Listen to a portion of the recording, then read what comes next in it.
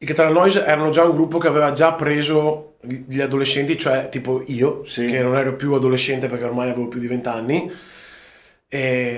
però i teenager, i Catalanois li avevano presi da metà degli anni 90 ai primi anni 2000 praticamente, cioè fino appunto al 2000 magari 5. Il primo disco di Roma Terra è andato a prendere i teenager dopo. attuali, Sì, esatto. sì, Cioè, sì, quindi se sì. tu guardi anche, ci sono dei video backstage nostri su YouTube, sotto il palco erano tutti minorenni. Cioè, i primi dischi, quando la gente ha ascoltato il primo disco di Roma Terra, sono successe due reazioni. Hai gli oltre ventenni, fan di Catala Noise, qualcuno piaceva, ha detto, ah dai, è una roba diversa, una roba così, però la maggior parte della gente pensava sia una roba da fighette, sia una roba Sì, commerciale, vessi sputanai, roba eccetera, eccetera.